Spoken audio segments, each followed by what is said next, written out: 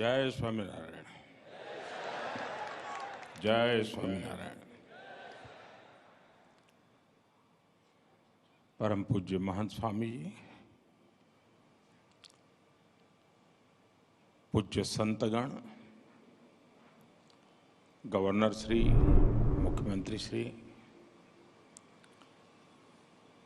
और उपस्थित सभी सत्संगी परिवारजन,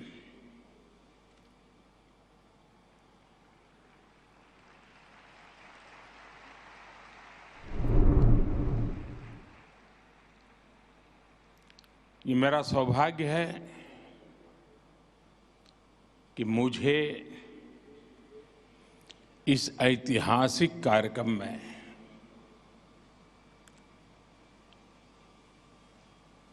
साक्षी बनने का, साथी बनने का और सत्संगी बनने का सौभाग्य प्राप्त हुआ है।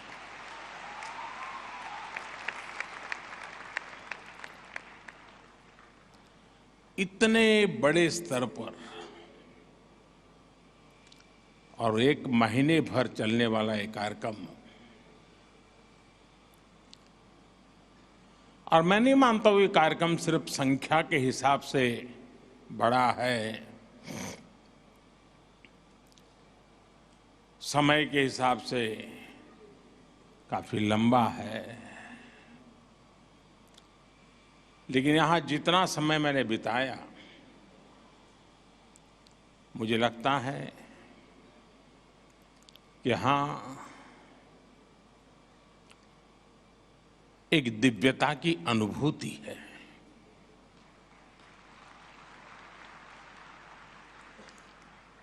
यहां संकल्पों की भव्यता है। यहां अबाल वृद्ध सबके लिए हमारी विरासत क्या है, हमारी धरोहर क्या है, हमारी आस्था क्या है, हमारा अध्यात्म क्या है, हमारी परंपरा क्या है, हमारी संस्कृति क्या है, हमारी प्रकृति क्या है, इन सबको इस परिसर में समेटा हुआ है। यहां भारत का हर रंग दिखता है।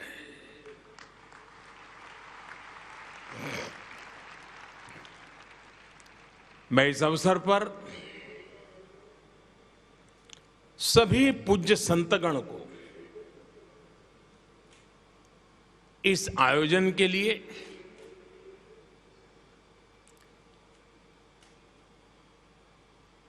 कल्पना सामर्थ्य के लिए और उस कल्पना को चरितार्थ करने के लिए जो पुरुषार्थ किया है, मैं उन सब की चरण वंदना करता हूं, हृदय से बधाई देता हूं और पूज्य महंत स्वामी जी के आशीर्वाद से इतना बड़ा भव्य आयोजन और ये देश और दुनिया को आकर्षित करेगा, इतना ही नहीं है, ये प्रभावित करेगा, ये आने वाली पीढ़ियों को प्रेरित करेगा।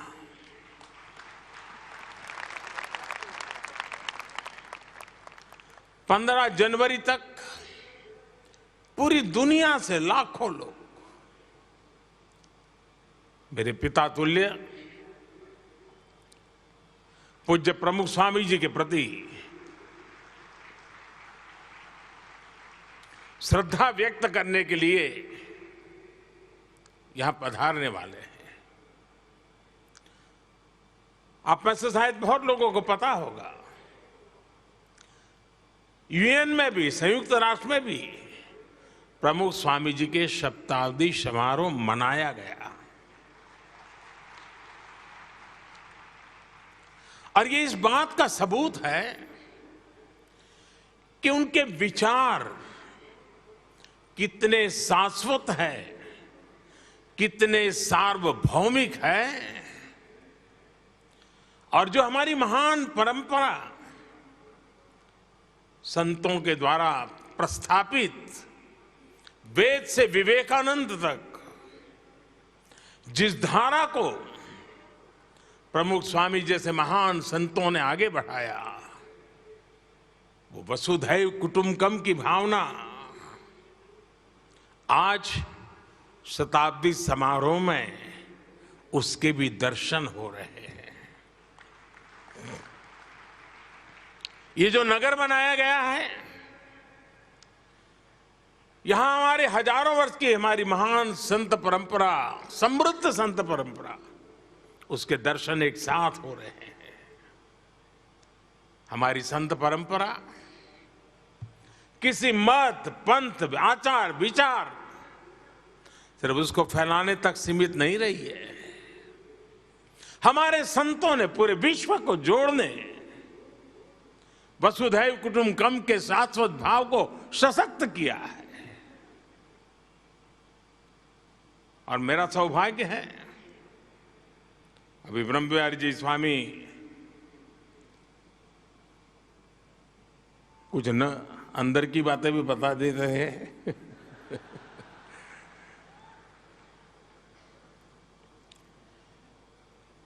बाल्यकाल से ही एक मेरे मन में कुछ ऐसे ही क्षेत्रों में आकर्षण रहा,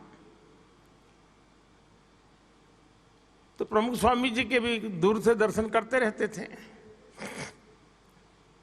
कभी कल्पना नहीं थी उन तक निकट पहुंचेंगे, लेकिन अच्छा लगता था। दूर से भी दर्शन करने का मौका मिलता था, अच्छा लगता था। आयु भी बहुत छोटी थी, लेकिन जिज्ञासा बढ़ती जाती थी। कई वर्षों के बाद 1981 में मुझे पहली बार अकेले में उनके साथ सत्संग करने का सौभाग्य मिला।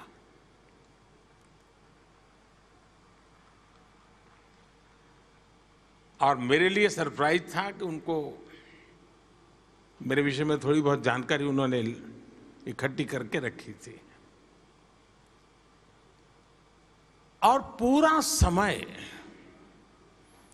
न कोई धर्म की चर्चा, न कोई ईश्वर की चर्चा, न कोई अध्यात्म की चर्चा, कुछ नहीं। पूरी तरह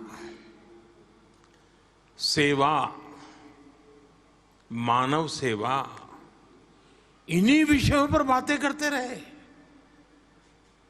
वो मेरी पहली मुलाकात थी, और एक एक शब्द मेरे हृदय पटल पर अंकुरित होता जा रहा था। और उनका एक ही संदेश था कि जीवन का सर्वोच्च लक्ष्य सेवा ही होना चाहिए। अंतिम सांस तक सेवा में जुटे रहना चाहिए। हमारे यहां तो शास्त्र कहते हैं नर सेवा ही नारायण सेवा है, जीव में ही शिव है।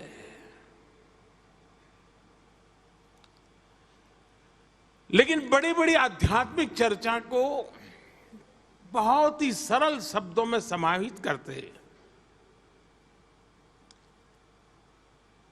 जैसा व्यक्ति वैसा ही वो परोसते थे, जितना वो पचा सके, जितना वो ले सके। अब्दुल कलाम जी इतने बड़े वैज्ञानिक, उनको भी उनसे मिलकर के कुछ न कुछ मिलता था और संतोष होता था। और मैं जैसा एक सामान्य सोशल वर्कर, वो भी जाता था, उसको भी कुछ मिलता था, संतोष होता था। ये उनके व्यक्तित्व की विशालता थी, व्यापकता थी, गहराई थी। और एक आध्यात्मिक संत के नाते तो बहुत कुछ आप कह सकते हैं, जान सकते हैं। लेकिन मेरे मन में हमेशा रहा है कि वे सच्चे अर्थ में एक समाज सुधारक थे, वे एक रिफॉर्मिस्ट थे। और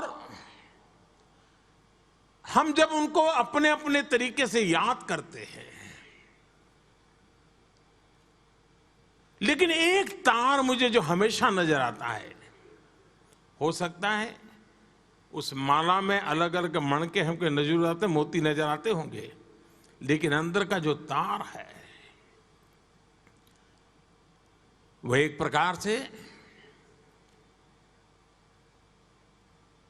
मनुष्य कैसा हो, भविष्य कैसा हो, व्यवस्थाओं में परिवर्तनशीलता क्यों हो, अधिष्ठान आदर्शों से जुड़ा हुआ हो,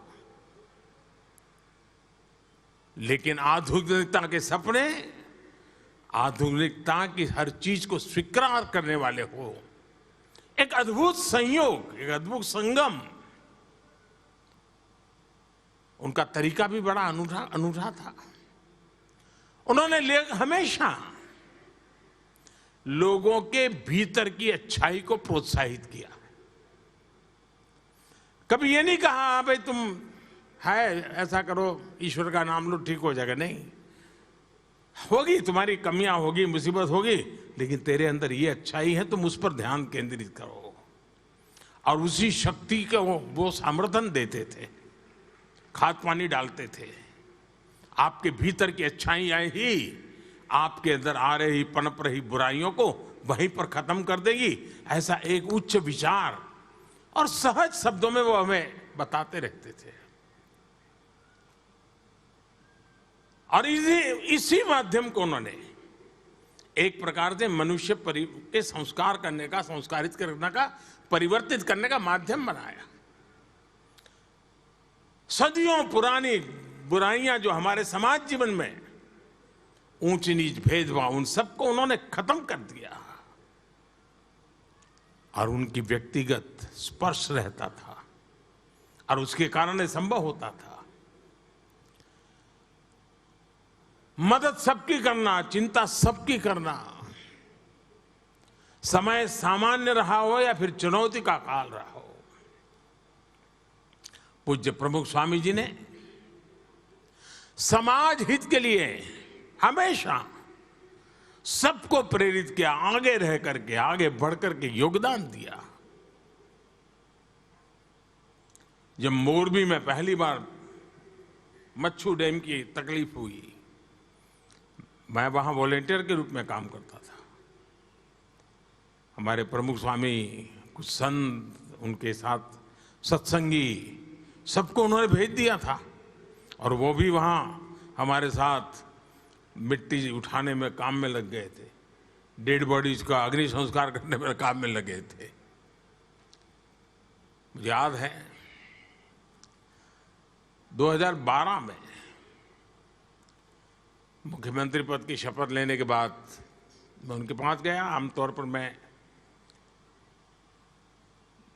मेरे जीवन के जो भी कई महत्वपूर्ण पड़ाव आए होंगे,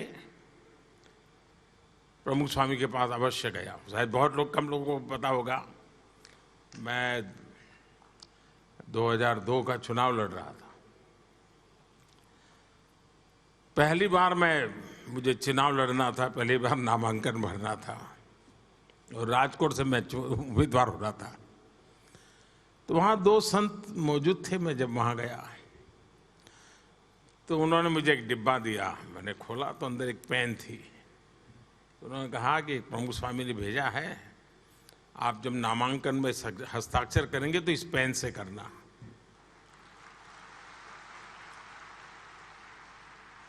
अब वहां से लेकर मैं काशी चुनाव के लिए गया, एक भी चुनाव ऐसा नहीं है जब मैं नामांकन करने गया और उसके लिए मुझे हस्ताक्षर करने के लिए पेन पूज्य प्रमुख स्वामी जी के व्यक्ति आकर के खड़े न हुआ।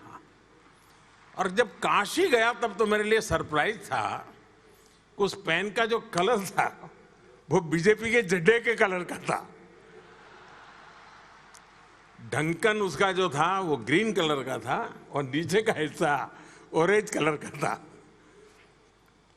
मतलब पहले कई दिनों से उन्होंने संभाल के रखा होगा और याद कर करके उसी रंग की पेन मुझे भेजना यानी व्यक्तिगत रूप से, वरना उनका कोई क्षेत्र नहीं था कि मेरी इतनी केयर कर रहा। शायद बहुत लोगों का आश्चर्य होगा सुन करके, 40 साल में शायद एक साल ऐसा नहीं गया होगा कि हर वर्ष प्रमुख स्वामी जी ने मेरे लिए कुर्ता पैजामा का कपड़ा न भेजा हो।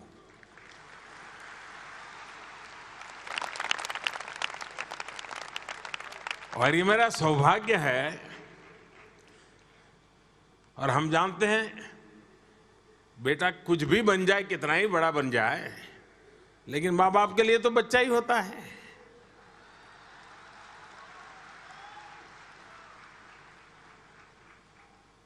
देश ने मुझे प्रधानमंत्री बना दिया, लेकिन जो परंपरा प्रमुख स्वामी चलाते थे, पूज्य भगत स्वामी ने भी अब तक वो कपड़ा भेजना चालू है।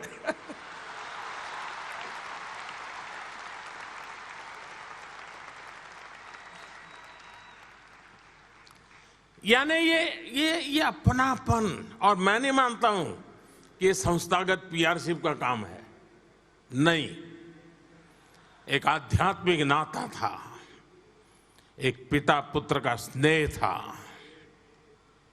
एक अटूट बंधन है। और आज भी वो जहां है होंगे, मेरे हर पल को वो नजर करते होंगे, देखते होंगे।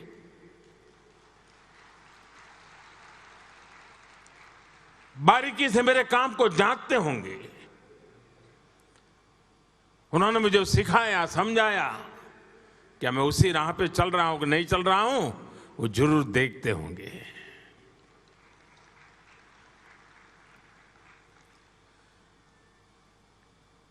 कच्छ में भूकंप,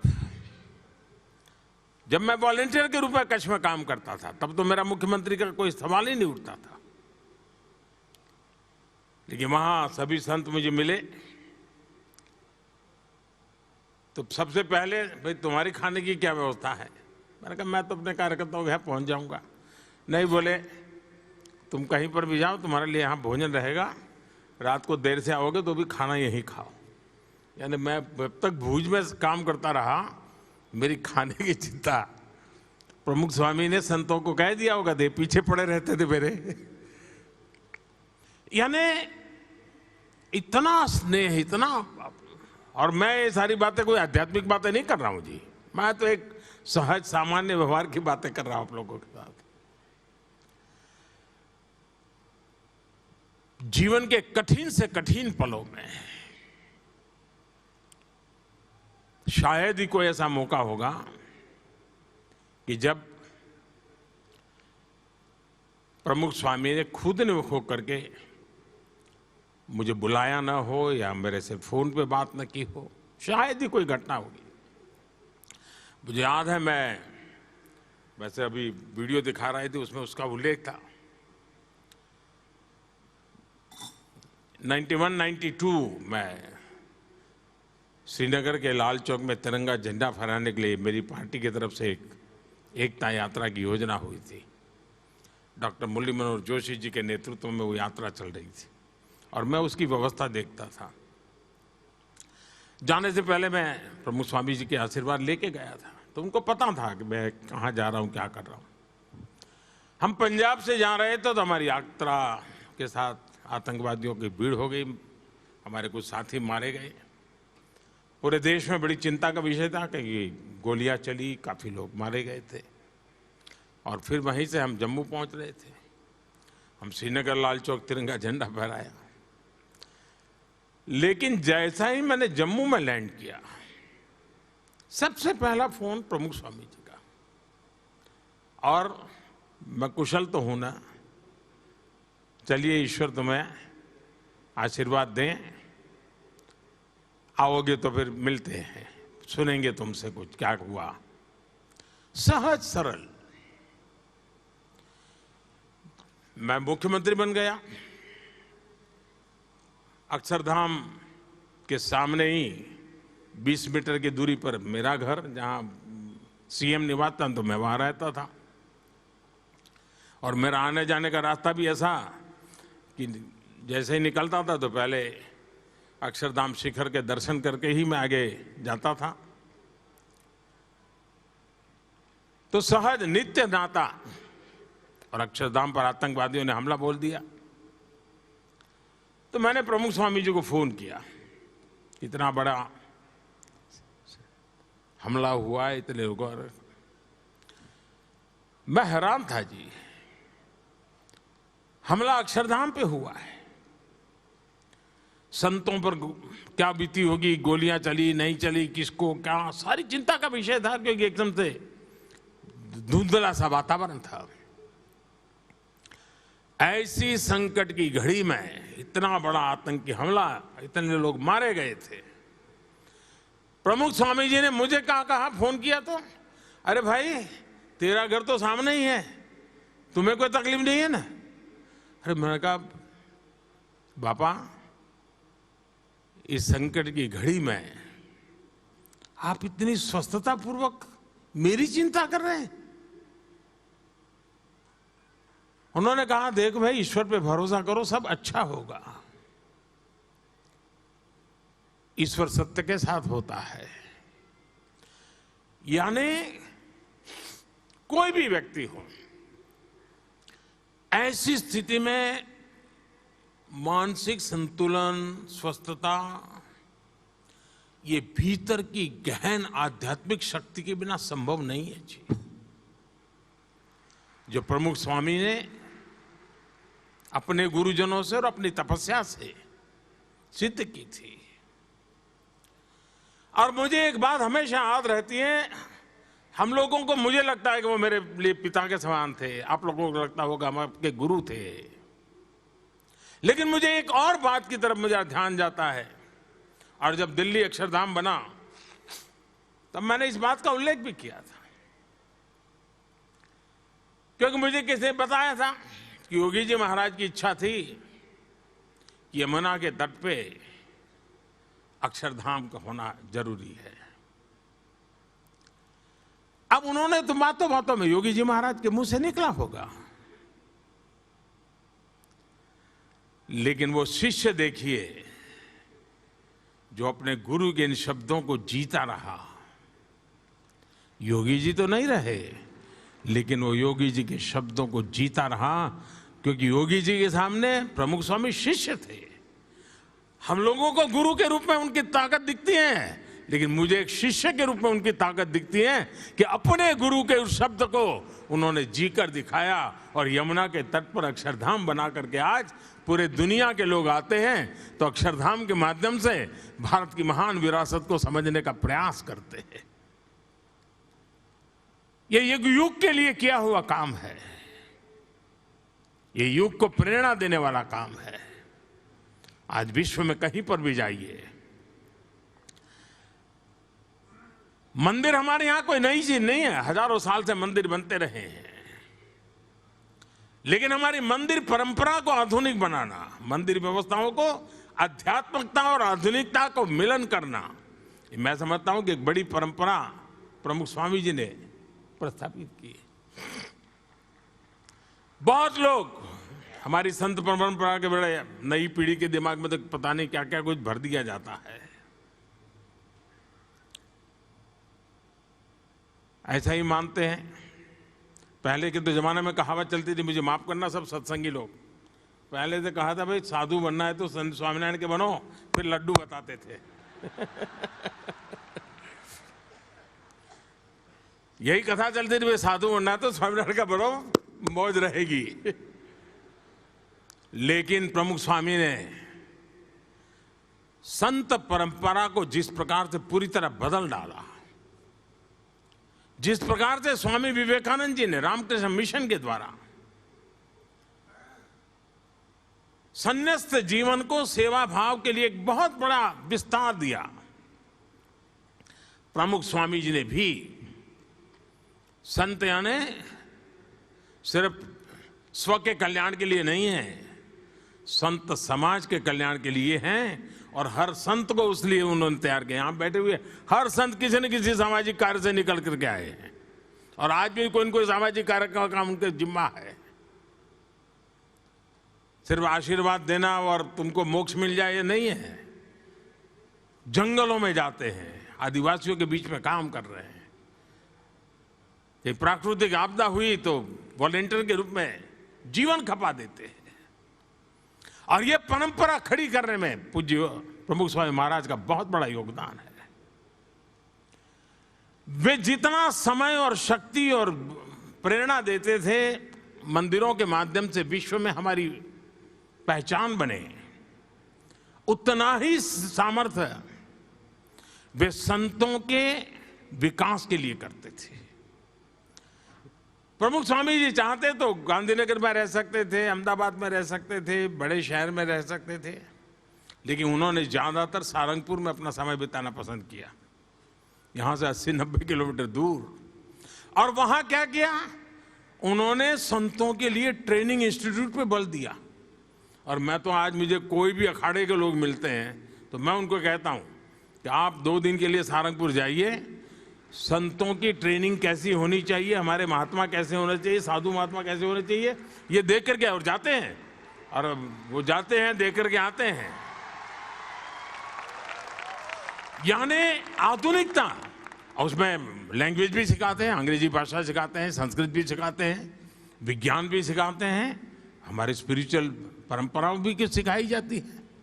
यानी एक संपूर्ण प्रयास विकास कर करके समाज में संत भी ऐसा होना चाहिए जो सामर्थ्यवान होना चाहिए। सिर्फ त्यागी होना जरूरी, इतने से बात बनेगी नहीं, त्याग तो हो लेकिन समर्थ होना चाहिए। और उन्होंने पूरी संत परंपरा जो पैदा की है, जैसे उन्होंने अक्षरधाम मंदिरों के द्वारा विश्व में एक हमारी भारत की महान परंपरा को परिचित करवाने के लिए एक माध्यम बनाया है, वैसे उत्तम प्रकार की संत परंपरा का निर्माण में भी पूज्य प्रमुख स्वामी जी महाराज ने एक इंस्टीट्यूशनल मैकेनिज्म खड़ा किया है। वो व्यक्तिगत व्यवस्था के तहत नहीं, उन्होंने इंस्टीट्यूशनल मैकेनिज्म खड़ा किया है। इसलिए शताब्दियों तक व्यक्ति आएंगे जाएंगे, संत नए नए आएंगे, लेकिन ये व्यवस्था ऐसी बनी है कि एक नई परंपरा की पीढ़ियां बिनने वाली हैं। ये मैं अपनी आंखों के सामने देख रहा हूं।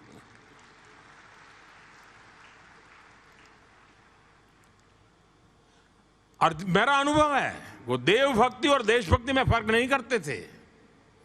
देव भक्ति के लिए जीते हैं आप, देशभक्ति के लिए जीते हैं, तो उनको लगता है मेरे लिए तो दोनों सत्संगी हुआ करते हैं।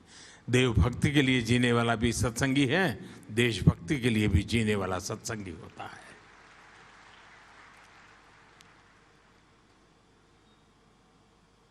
आज प्रमुख स्वामी जी की इस शताब्दी का समारोह हमारी नई पीढ़ी को प्रेरणा का कारण बनेगा, एक जिज्ञासा जगेगी। आज के युग में भी, और आप प्रमुख स्वामी जी के डिटेल में जाइए, कोई बड़े बड़े तकलीफ हो ऐसे कोई उपदेश नहीं दिए उन्होंने, सरल बातें की, सहज जीवन की उपयोगी बातें बताई और इतने बड़े समूह को जोड़ा। मुझे बताया गया 80,000 वॉलेंटियर्स हैं। अभी हम आ रहे थे तो प्रमुख स्वामी जी हमारे ब्रह्मविहारी जी मुझे बता रहे थे कि ये सारे स्वयंसेवक हैं और वो प्रधानमंत्री जी को गीट कर रहे हैं। मैंने कहा आप भी तो कमाल आदमी हो यार, भूल गए क्या?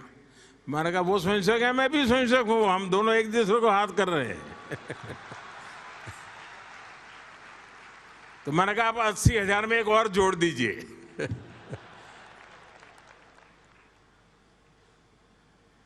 खैर बहुत कुछ कहने को है, पुरानी स्मृतियां इतनी आज मन को छू रही है, लेकिन मुझे हमेशा प्रमुख स्वामी की कमी महसूस होती रही है।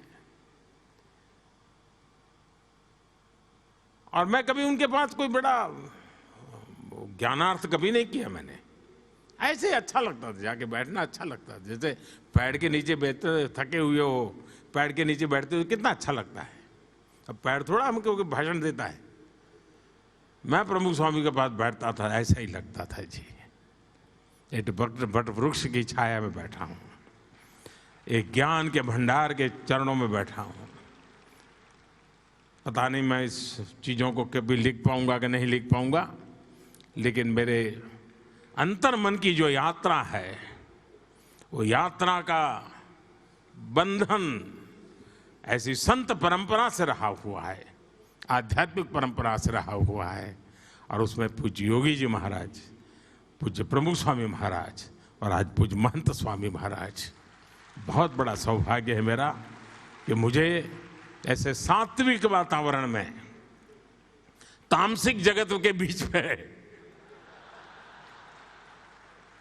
अपने आप को बचा करके काम करने का ताकत मिलती रहती है, एक निरंतर प्रभाव मिलता रहता है।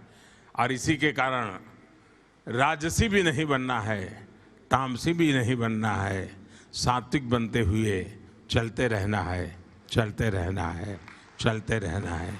आप सबको बहुत बहुत शुभकामनाएं। जय स्वामीनारायण।